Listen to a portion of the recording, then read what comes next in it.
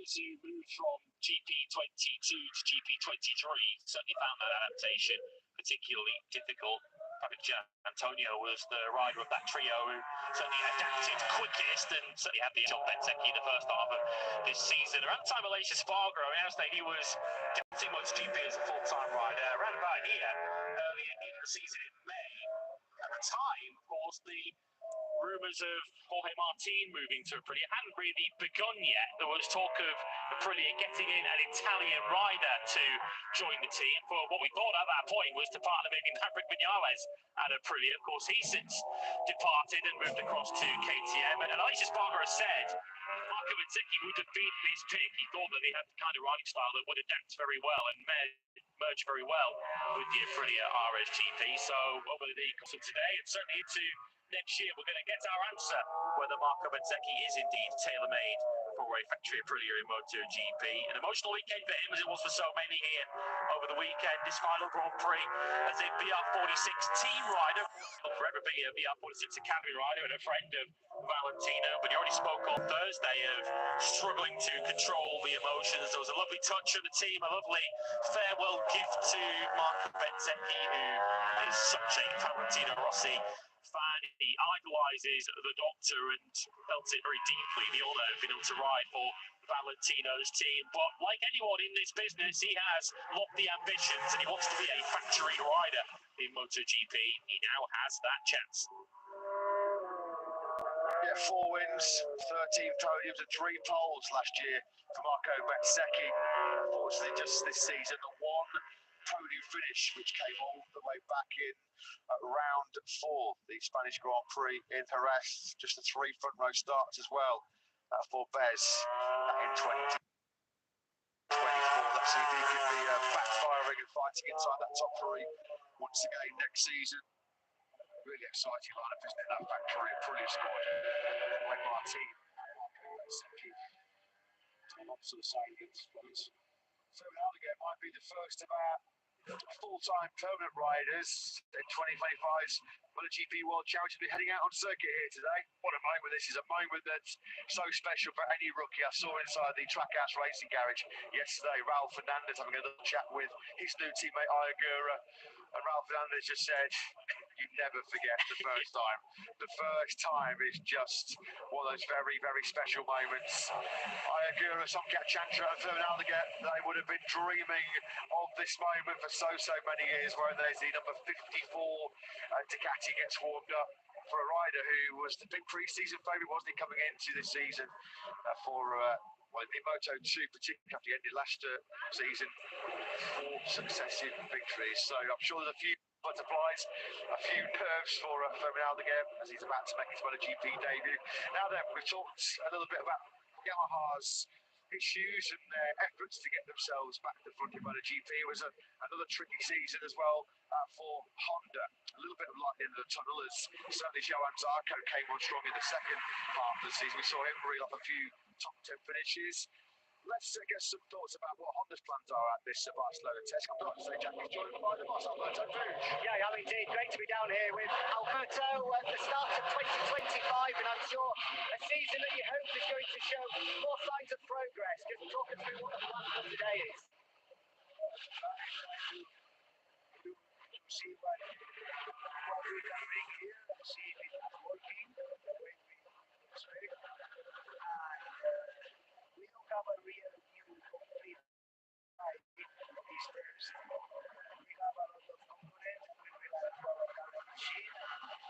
See what they are, how to do. An influx of new people, but really the latest to the test team is Antonio Jimenez, Christian Brulli moves in to work alongside Luca. There's a lot of information coming from Mano Almaciano, of course, as well. How important it is utilising all that information of what the factory is going to be. Well, it's always interesting, especially if it comes from guys that come from other teams and companies. That's why we keep that. I think it's really important. So what's important is that we can be working with the right for the company now. Also have to bring solutions that we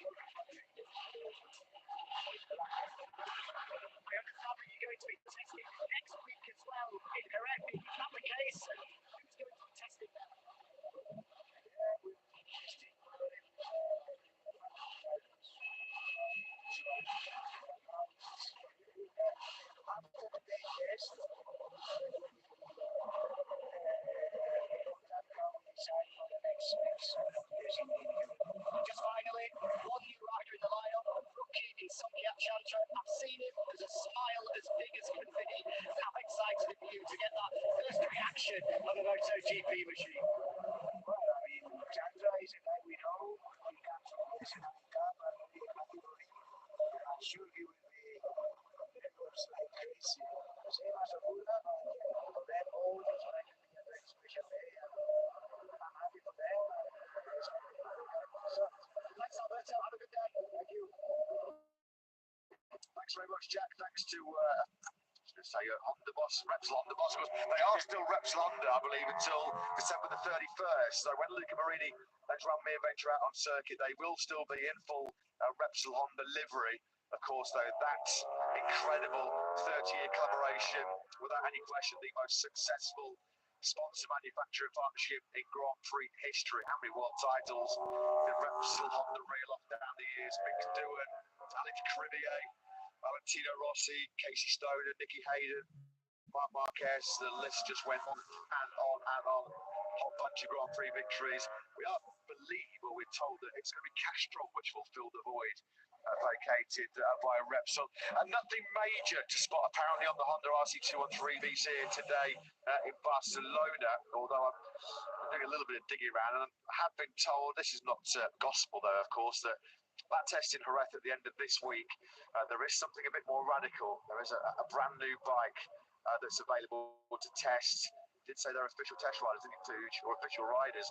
So that's just Luca Marini and Tranmere. So potentially a sort of slightly different Honda we will see emerge down in Jerez at the end of this week. Yeah, no early Christmas break for Tranmere and Luca Marini, is there? And again, much like Yamaha, it's the luxury that they have available to them. We reference the engine freedom, if you like, with the ability to develop and bring new specs through the season, but of course they do have an awful lot more testing tyres, testing days available to them at Honda and Yamaha. They're going to make full use of that. There is a new face who's beginning his official work now with Aprilia. Of course, there's been some toing and froing and changing behind the scenes as well, even beyond the riders. Of course, Romano Albiciano is now heading across to Spargo, trying to head up the Honda operation as we look at Miguel Oliveira on track for the first time on a Pramac Yamaha. But as you saw there on screen, Fabiano Sterlachini, whose time with KTM came to an end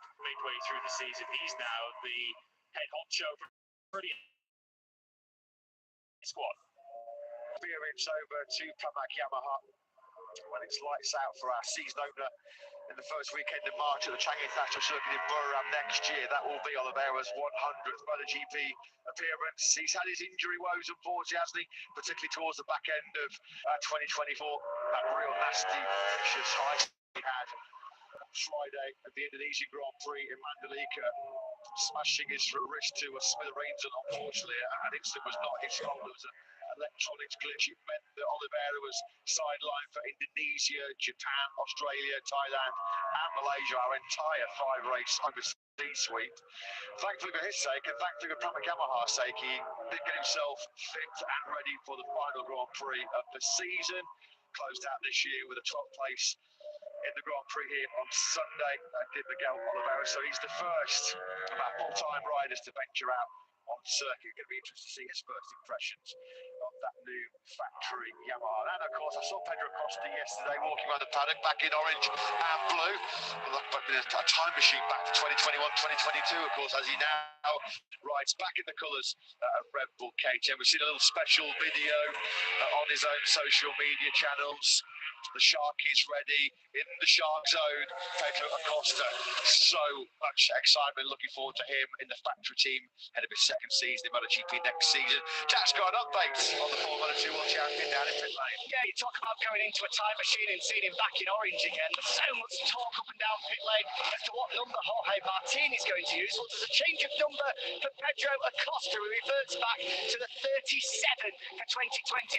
That, of course, the number that he won the World Championships in Moto3 and Moto2. A good omen, you would imagine, for Acosta. Yeah, 31 to 37. Thanks very much for that, Jack. As we look at Miguel Oliveira, let's have a quick run through of the grid and how it's changed for next season.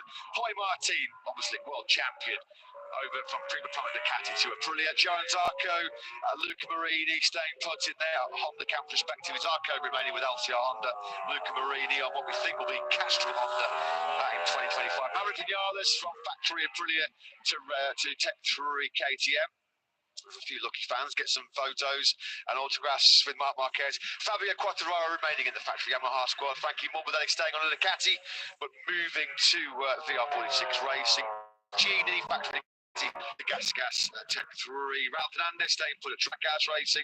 Brad Binder stays put at Red Bull KTM. Somkat Chancha from Moto2 into LCR Honda. Joan Mir remaining at Repsol Honda. Pedro Acosta swapping one RC6 for another. He's going to be in the official factory KTM team with Brad Binder. Alex Rins remains at Yamaha. Jack Miller over from KTM to Pramac Yamaha.